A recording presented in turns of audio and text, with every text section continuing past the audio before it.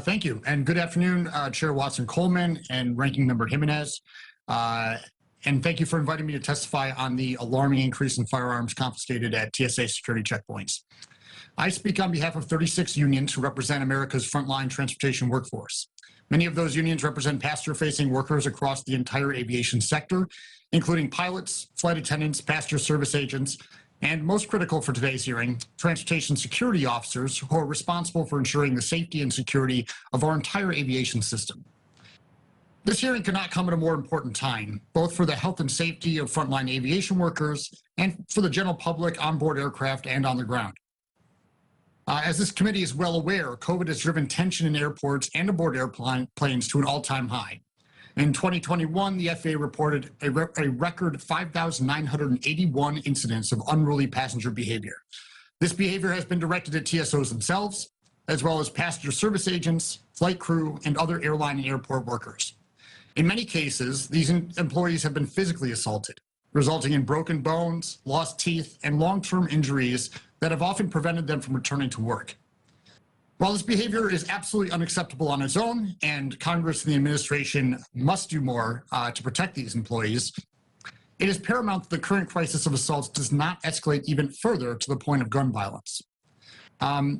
As the chair mentioned earlier, right now demonstrates just how real this threat is, with 6,000 guns confiscated over the last year at security checkpoints.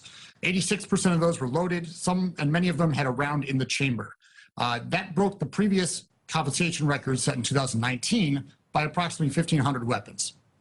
And it came at a time when domestic travel is still below what it was at pre-pandemic levels. This spike in confiscated firearms underscores the essential role of TSOs in maintaining aviation safety. We support efforts by local law enforcement, airport authorities, and the federal government to remind passengers of their legal obligations concerning their firearms. But it ultimately falls on the shoulders of TSOs to identify and confiscate weapons at these checkpoints.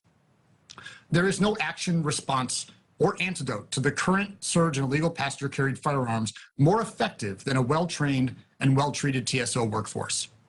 To ensure we meet this goal, TTD and our affiliated unions make the following recommendations.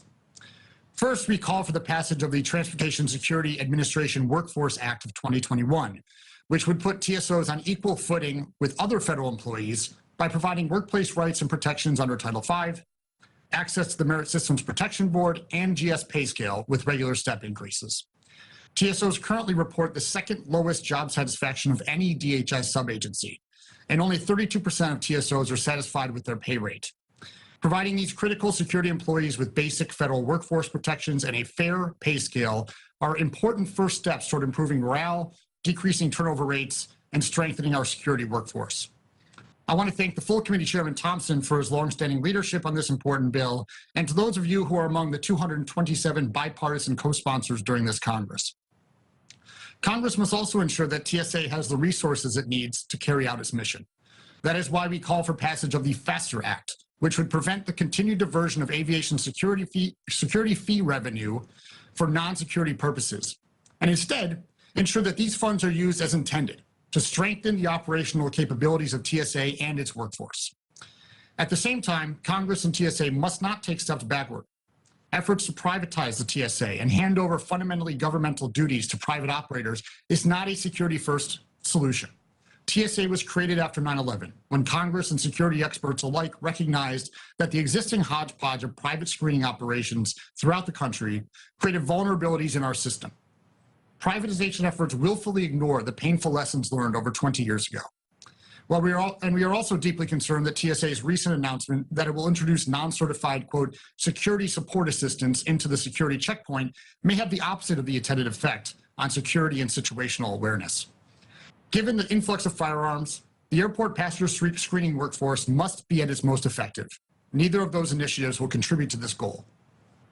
Finally, as TSA considers how to respond to the spike in firearms and other security threats, we call on the agency to involve representatives of airline and airport employees in the safety and security process.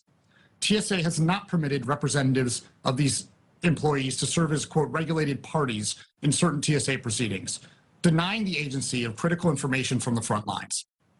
I again caution this committee not to take steps that undermine critical safety workers in this country. but to instead focus your efforts on providing TSOs with the training and the quality work environment that they need and deserve to protect themselves, other transportation workers, and the traveling public. Thank you, and I look forward to your questions.